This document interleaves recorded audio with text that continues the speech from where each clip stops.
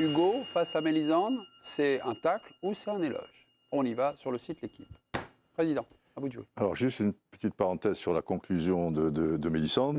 Ce qu'il veut, c'est de gagner, mais il n'a jamais été prouvé que, en jouant bien, c'était la meilleure solution de perdre, si tu veux. Tu vois. Et rien ne dit avec les atouts offensifs que tu as un petit peu sur les côtés. Tu as le meilleur joueur du monde à gauche, Griezmann, qui est quand même un joueur créatif, etc. Qu'en jouant bien et en acculant un petit peu, bah, tu n'aurais pas les mêmes résultats. C'est une parenthèse. En défendant mal, tu gagnes. On a bien joué. Non, mais ça t'empêche pas, de bien jouer au football et de bien défendre. Non, mais oui, mais il n'a pas dit on joue mal. Hein. Non. Bah, oui, mais il te dit, on gagne. Toi, tu laisses entendre. Il veut gagner, donc il faut bien défendre. La Ligue des Nations, on l'avait très bien joué et on l'a gagné. Non, mais quand il y avait voilà. C'est 2 matchs. Voilà, oui, mais c'était pas. L'Euro, on a bien joué, on a perdu. Oui, mais c'est 2 matchs. Mais la Coupe du Monde, c'est 2 matchs aussi. C'est 3 matchs. Non, évidemment. Excusez-nous, là, je crois qu'on se perd. Je parle de vrais matchs. Quand tu joues contre la Pologne, c'est pas un vrai match. Je crois qu'on se perd dans un inventaire. Je crois qu'on se perd dans un inventaire. Non, mais au-delà de ça, je vais te donner. Enfin, moi, mon sentiment, il rejoint celui de Mélisande. Parce qu'effectivement, compte tenu de leur relation, tu vois. C'est chouchou. Et puis, en plus. Griezmann, c'est pas quelqu'un qui, dans ses déclarations, c'est toujours très très propre. Enfin, c'est jamais sujet à critique. Enfin, pour critiquer ses partenaires ou son club ou son équipe. Donc, c'est vrai que c'est son petit ricanement à la fin qui laisse entendre. Et là, c'est pour ça que j'ai un doute que Hugo pourrait être aussi dans le vrai. C'est-à-dire qu'il est un peu point lié et il ne peut pas dire le fond de sa pensée quand il dit sur des chiens et qu'il rigole. C'est peut-être ça qui me laisse entrevoir éventuellement un petit acte. Mais je vais rejoindre Mélisande. Je pense que son petit ricanement, peut-être c'est de la maladresse. Si ce n'est pas de la maladresse, ça peut être la confusion. Vous l'avez pris comment, Johan, quand vous avez écouté Antoine Griezmann? Un tacle? Un éloge? Non, moi je suis regardé. Ni l'un ni l'autre. Moi, je vois plutôt un truc juste, quoi. Il dit quelque chose de vrai. Ce que lui ressent, mais ce que nous, on ressent aussi quand on regarde les Bleus. Alors, quand il y a les grosses compétitions, on est dans le feu de l'émotion du résultat. Donc, ça porte les gens. Mais c'est vrai qu'entre ces compétitions-là, souvent, on s'ennuie. Et je ne sais pas si... C'est vrai qu'il a besoin, lui, par exemple, de courir beaucoup, etc. Et moi, je rejoins un peu Didier. Tu n'es pas obligé aussi de... bien défendre, ça veut pas dire ne pas jouer au foot, quoi. Tu peux bien défendre et après bien jouer au foot aussi. Donc, c'est pas... on a l'impression qu'à chaque fois, on oppose l'un à l'autre. J'arrive pas à comprendre. Et c'est une bonne excuse pour dire, parce que... on n'arrive pas à avoir un jeu flamboyant. Donc on dit, le principal, c'est de bien défendre. C'est une réponse au fait qu'on n'arrive pas à trouver de solution offensive sympa à regarder. Jo, j'avais une question à vous poser. Est-ce que les acteurs, maintenant vous avez été un acteur, un joueur, et maintenant vous êtes un commentateur, est-ce que quand on est acteur, on est juste d'abord la première lecture, c'est on a gagné, on a perdu. Et puis après, il y a le contenu. Je l'oppose pas, hein. je mets le critère en fait. Donc, mais je veux pas l'opposer. Mais je veux dire en fait finalement l'important c'est de passer quoi. Voilà. Ouais, moi j'ai eu la chance aussi de jouer parce que moi j'aimais aussi jouer offensivement et la chance de jouer dans des équipes qui jouaient l'attaque, mais ça nous arrivait aussi de certains matchs d'être des matchs pourris, d'être pourris nous aussi, mais de gagner. Donc à force à la fin. Tu as quand même la satisfaction d'avoir gagné. Mais quand tu fais des matchs pourris à répétition et que tu perds, je vois pas tu vois quel est le plaisir. Ça vous arrive ça? Et pour les gens. Ça vous arrive? Pas souvent. Non, pas souvent. Non, mais pas souvent. Non, mais d'être dans une équipe après, pas une saison entière, mais ça peut arriver sur 2-3 matchs où tu n'arrives pas à trouver de solution.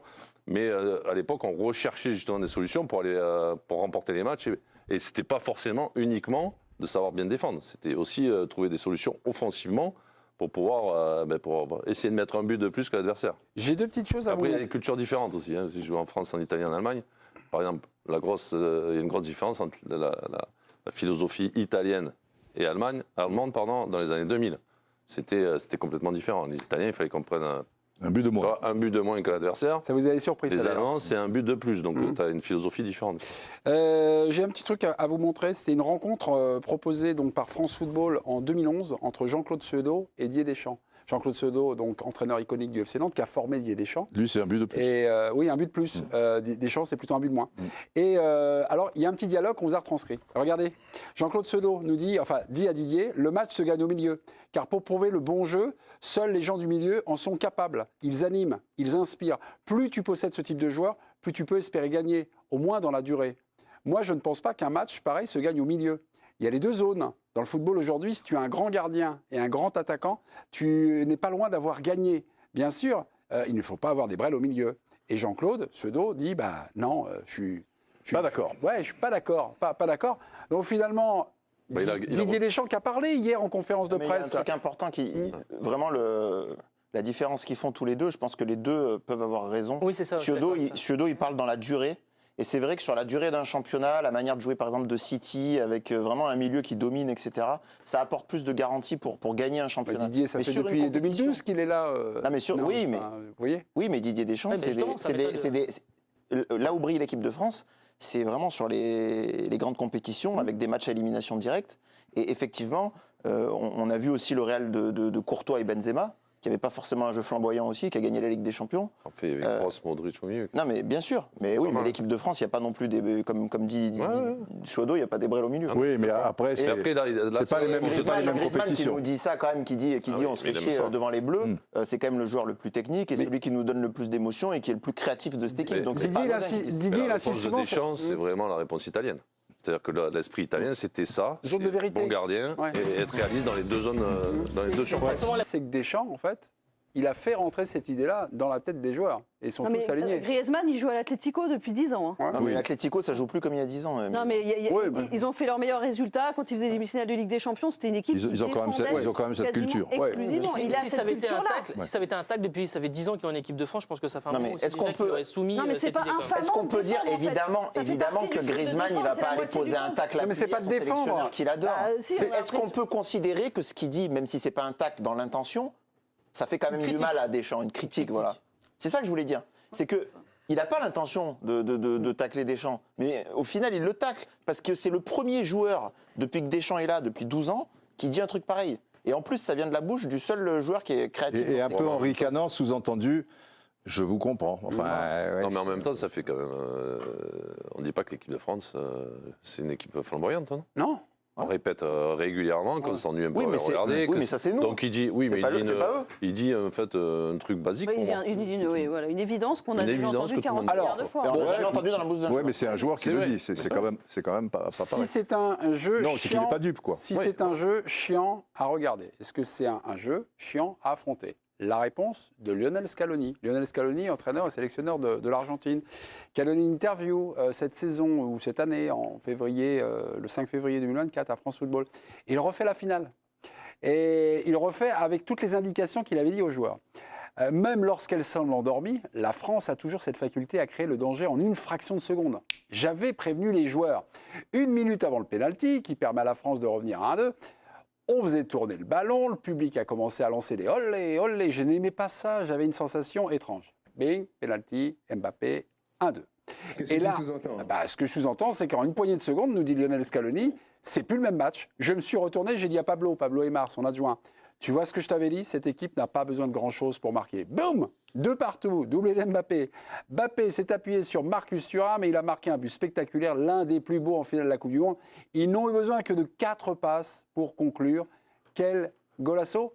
Alors, c'est vrai que c'est peut-être chiant à regarder, mais à jouer. C'est-à-dire, on les sent perdus, on les sent paumés, ils sont pas dans leur assiette, et en 2 coups de cuir à peau, football de coup, pip, pop, pof. Parce que lui, c'est l'Angleterre. L'Angleterre a mieux joué en quart de finale, si on essaye un peu que l'équipe de France. Mais l'Angleterre, elle prenait l'avion le lendemain à rentrer et l'équipe de France avait passé en demi-finale. Et c'est quoi le style Deschamps alors? C'est un style quoi? C'est l'attaque éclair? Après, le tac, ça aurait été un tac s'il avait dit c'est chiant à jouer. Il n'a jamais dit que c'était chiant à jouer, lui. Non, c'est chiant à regarder. Donc après, ça peut être, c'est une analyse par rapport à ce que il doit avoir des retours aussi, parce que j'imagine qu'il y a des gens qui regardent les matchs et qui doivent lui en parler autour de lui. Il suffit donc de voir mais lui, il ne dit pas que c'est chiant à jouer parce que lui, il aime ce jeu-là aussi peut-être. Donc c'est pas vraiment un tac. Le quart de finale contre l'Uruguay en 2018 où il vient ratisser tous les ballons devant la surface contre l'Uruguay. C'est vrai que ça, c'est l'emblématique de ce que le style de Deschamps. Mais il faut le dire, en grande compétition, c'est une équipe de contre qui laisse le ballon à l'adversaire.